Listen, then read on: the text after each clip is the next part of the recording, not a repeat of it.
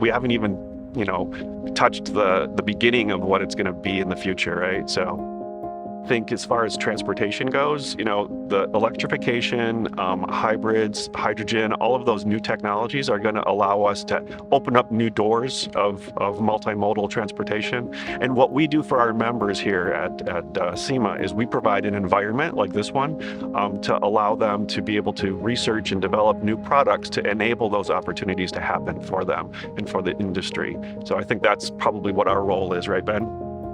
Yeah, I think so. There's a lot of aspects to it, as you guys touched on, with different vehicles and ownership of vehicles versus, buying ride shares and vehicles or what have you.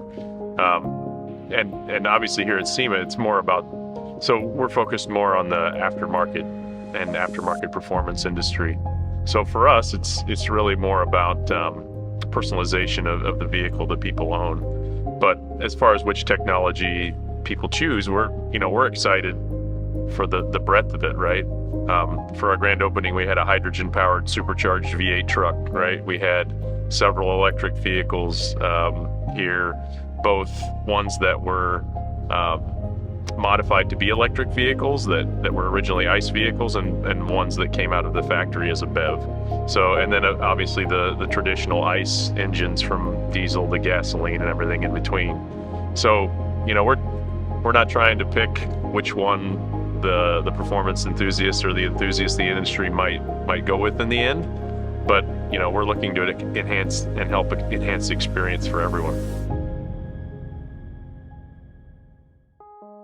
I see automated driving as it's an interesting idea, and I think the technology will keep pushing that direction, but a lot of it I think legislatively hasn't been sorted out, and I think that's where the rub really is going to be is what is legal on the street to do and what is not. And obviously it comes down to making decisions about people's safety, right, in the vehicle in the end, and how does the vehicle comprehend the world, and how does it make those decisions, and then in the end, what decision does it make, and then if it makes the wrong decision, who's liable, and what happens in the end with that. So I think vehicle autonomy is a really cool innovation and idea.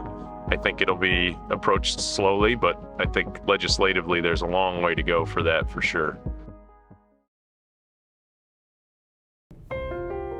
We need innovation to push through all of the obstacles and the challenges of future developments.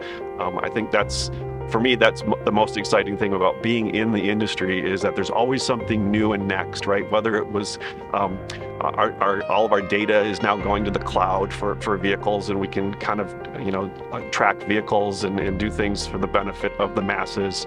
I think these new technologies that are saving people's lives, making transportation easier, more comfortable, more enjoyable for the different strata of the different types of people who are driving.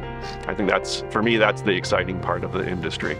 There's always something new and next, and that's what really excites me, is to start something from nothing and see some fruition at the end that makes something better, cheaper, faster, more fun.